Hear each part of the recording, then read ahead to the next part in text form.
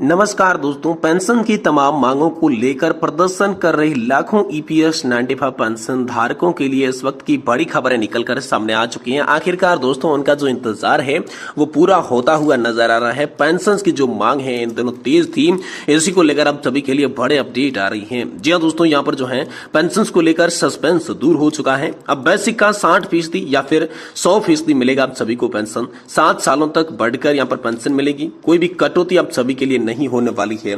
इसको लेकर आप सभी के लिए बड़ी खबर आई। इसके बारे में भी दोस्तों आज की इस वीडियो के अंदर संपूर्ण रूप से आप सभी को जानकारी दी जाएगी। वहीं दोस्तों ईपीएस 95 पेंशन धारकों के लिए बड़ा अपडेट है। ईपीएस 95 पेंशन धारकों के लिए बड़ी खबर है। पेंशन भोगियों के लिए 22 तारीख का दिन बहुत ही बड़ा है, बहुत ही खास दिन है। न्यूनतम पेंशन 7,500 प्लस डीए का तोहफा जो है वो पेंशन धारकों को मिल सकता है। लगातार ईपीएस 95 पेंशन धारक जो है वो 7,500 प्लस डीए की बात कर रही थी, तो इसी को लेकर आप सभी के लिए बड़ा फैसला हो सकता है। आप सभी के लिए तो कोश्यारी कमेटी की सिफारिशें क्या है, केंद्र सरकार ने तत्काल प्रभाव से क्या आदेश जारी किया है और पेंशन भोगियों की न्यूनतम पेंशन का क्या विकल्प आप सभी ने चुना है और 22 जून को आप सभी को कैसे खुशखबरी मिलेगी, इसके बारे में आज की इस वीडियो के अंदर बात करेंगे। साथ ही दोस्तों पीपीएफओ के आधार पर आप सभी को कैसे पेंशन मिलेगी और पेंशन भोगियों के साथ ज्वाइंट अकाउंट में पेंशन, और साथ ही दोस्तों पेंशन भोगियों के ज्वाइंट अकाउंट में पेंशन कैसे नहीं मिलेगी, बैंक की जिम्मेदारी क्या है, फैमिली पेंशन की पात्रता क्या है, डीए के भुगतान को लेकर क्या बड़ी खबर है और कम्यूटेशन की कटौती आप सभी के लिए कैसे बंद हो जाएगी, इनको लेकर दोस्तों तमाम बड़ी खबरों की चर्चा जो है वो आज की इस वीडियो के अंदर करेंगे। इसलिए आप सभी से निवेदन करते हैं कि दोस्तों आज की इस वीडियो को आप लास्ट तक जरूर देखिएगा और साथ ही साथ आज की इस वीडियो के अंदर आपको आप जानकारी पसंद आई है तो इसे पसंद भी करें, लाइक भी करें और साथ ही हमारे चैनल को सब्सक्राइब जरूर कर लीजिएगा। तो चलिए बिना किसी देरी के पेंशन धारकों पर आई आज की तमाम बड़ी खबरों को विस्तार से जान लेते हैं। देखिए सबसे पहली और बड़ी खबर की बात करें तो ईपीएस 95 पेंशन धारकों के लिए बड़ी खुशखबरी है। पेंशन भोगियों के लिए 22 जून है बड़ा दिन। जी हां दोस्तों, न्यूनतम पेंशन 7,500 प्लस डीए का तोहफा आप सभी के लिए यहां पर जारी है। जी हां दोस्तों, 2014 की लोकसभा चुनाव से पहले भगत सिंह कोश्यारी कमेटी ने एक रिपोर्ट सदन में सौंपा था। इस कमेटी ने यहां पर सिफारिश लागू करने का आश्वासन भाजपा के मंत्री प्रकाश जावड़ेकर ने भी दिया था। उन्होंने 2013 में कहा था कि हमारी सत्ता आने के बाद ईपीएस 95 पेंशन भोगियों के लिए कोश्यारी कमेटी की सिफारिशों को 90 दिन के भीतर लागू कर दिया जाएगा, लेकिन ऐसा नहीं हुआ। तो आखिरकार आप सभी के लिए क्या सिफारिशें थी, क्या केंद्र सरकार ने आदेश जारी किया, न्यूनतम पेंशन का विकल्प क्या है और 22 जून आप सभी के लिए बड़ा कैसा है, चलिए इसके बारे में बात करते हैं। 2014 में बीजेपी सरकार सत्ता में पूर्ण बहुमत से आई, 2014 को लेकर 2024 तक, लेकिन हालात वैसे ही है क्योंकि बीजेपी सरकार की मंशा केवल सत्ता में आने की थी। केंद्र ने अभी तक पेंशन भोगियों को दिए गए आश्वासन को पूरा नहीं किया गया है। तो चलिए आपको बताते हैं कि क्या थी आखिरकार कोश्यारी कमेटी की सिफारिशें क्या थी। तो दोस्तों निवृत्त सेवा कर्मचारी संघ के राष्ट्रीय उपाध्यक्ष अनिल वाजपेयी का कहना है कि कोश्यारी कमेटी ने साल 2013 में न्यूनतम पेंशन 3,000 रुपए प्रतिमाह करने, महंगाई भत्ता देने की सिफारिश की थी। इसी के साथ यहाँ पर जो है 100% पेंशन और मुफ्त उपचार की सुविधा की सिफारिश की थी। इस पर अभी तक अमल नहीं किया गया है।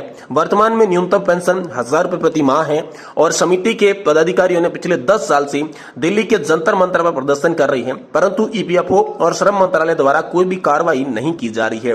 इससे पेंशन भोगियों का भारी नुकसान हो रहा है, लेकिन सरकार जो है सुन भी इसे नहीं रही है। तो केंद्र सरकार ने हाल फिलहाल में तत्काल प्रभाव से क्या आदेश जारी किया दोस्तों। इसी बीच महाराष्ट्र के कर्मचारी नेता विजय कदम तक कहना है कि लोकसभा चुनाव के पहले पेंशन भोगी संगठनों ने तय कर लिया था कि अगर केंद्र सरकार उनकी मांगों को पूरा नहीं करती है तो बीजेपी या उनके सहयोगी दलों को भारी वोट नहीं मिलेंगे। इसके अनुसार पेंशन भोगियों ने सरकार को सबक सिखाया। अब मोदी बिना गठबंधन के सत्ता के काबिल नहीं हुए। इसके बाद अब मोदी जी सबक ले चुके हैं कि पेंशन भोगी अगली बार उनको सत्ता में बेदखल कर सकते हैं।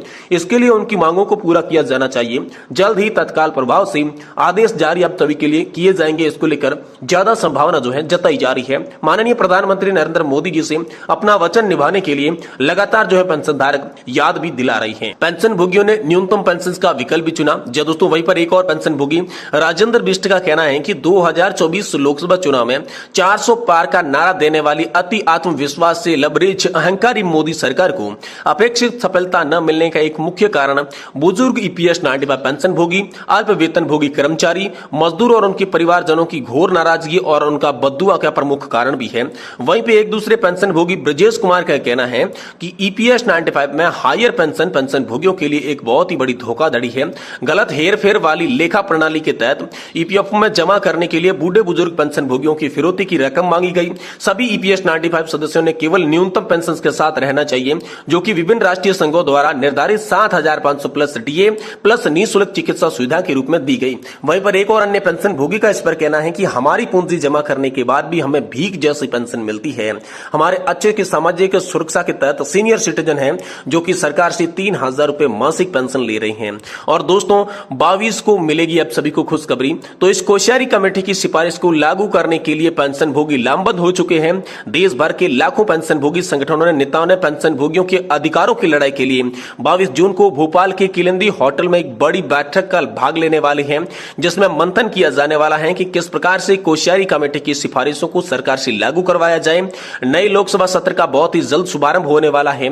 ऐसे में कोश्यारी कमेटी की सिफारिशों को लोकसभा के पास करवाने के लिए मध्य प्रदेश सहित देश भर के कर्मचारी नेता एकजुट हो रहे हैं। इस संदर्भ में 22 जून को बड़ी बैठक का आयोजन हम सभी के लिए किया गया है, जिसमें बड़ी मांगे पूरी करने की बात कही जा रही है। इस बीच दोस्तों अगली बड़ी खबर की बात करें तो ईपीएस पेंशन को लेकर सस्पेंस आप सभी के लिए दूर हो चुका है। अब बेसिक पेंशन का 60% और 100% पेंशन मिलेगा। 7 सालों तक बढ़कर आपको पेंशन मिलेगी, किसी प्रकार की कोई भी कटौती नहीं होगी। तो दोस्तों बात करें तो पेंशन भोगी की डेथ होने के बाद पारिवारिक पेंशन पाने के लिए पेंशन भोगी के परिवार को काफी जद्दोजहद करनी पड़ती है। बहुत सारे पेंशन धारकों के परिवार को नियमों के बारे में पूरी जानकारी नहीं होती, जिसकी वजह से फैमिली पेंशन क्लेम करने में दिक्कतों का सामना करना पड़ता है। तो दोस्तों इस वीडियो के माध्यम से आप सभी को जानकारी दी जाएगी कि केंद्र सरकार के दिशा निर्देशों के बारे में आपको अवगत कराया जाएगा, ताकि आपको किसी भी प्रकार की जो है परेशानी का सामना नहीं करना पड़े। जिसमें दोस्तों पेंशन धारकों की पीपीएफओ के आधार पर आप सभी को पेंशन मिलती है, यह भी बता दिया गया है। पेंशन भोगियों के साथ ज्वाइंट अकाउंट में भी आप सभी को पेंशन मिलेगी, यह भी दोस्तों आपको बता दिया गया है। जिसमें कि 80 साल होने पर उनको 20% एक्स्ट्रा पेंशन का भी लाभ दिया जाएगा, यह भी बता दिया गया है। साथ में पत्नी को एक अंडरटेकिंग भी दिया जाएगा, जिससे बताना पड़ेगा। जी हाँ दोस्तों, यह भी बात की गई है। तो दोस्तों पेंशन भोगियों के साथ ज्वाइंट अकाउंट में पेंशन नहीं निकलती है, ऐसे केस में फॉर्म नंबर 14 भरकर आपको देना पड़ता है। साथ ही उसके ऊपर बताया गया कि सभी डॉक्यूमेंट पत्नी को यहां पर प्रस्तुत करनी पड़ती है। जिसके साथ साथ बैंक की भी जिम्मेदारी बताई गई है। ज्यादा से ज्यादा 6 महीने तक प्रोविजनल पेंशन दी जा सकती है। उसके बाद हर हालात में एक्चुअल पेंशन आप सभी के लिए शुरू की जाएगी।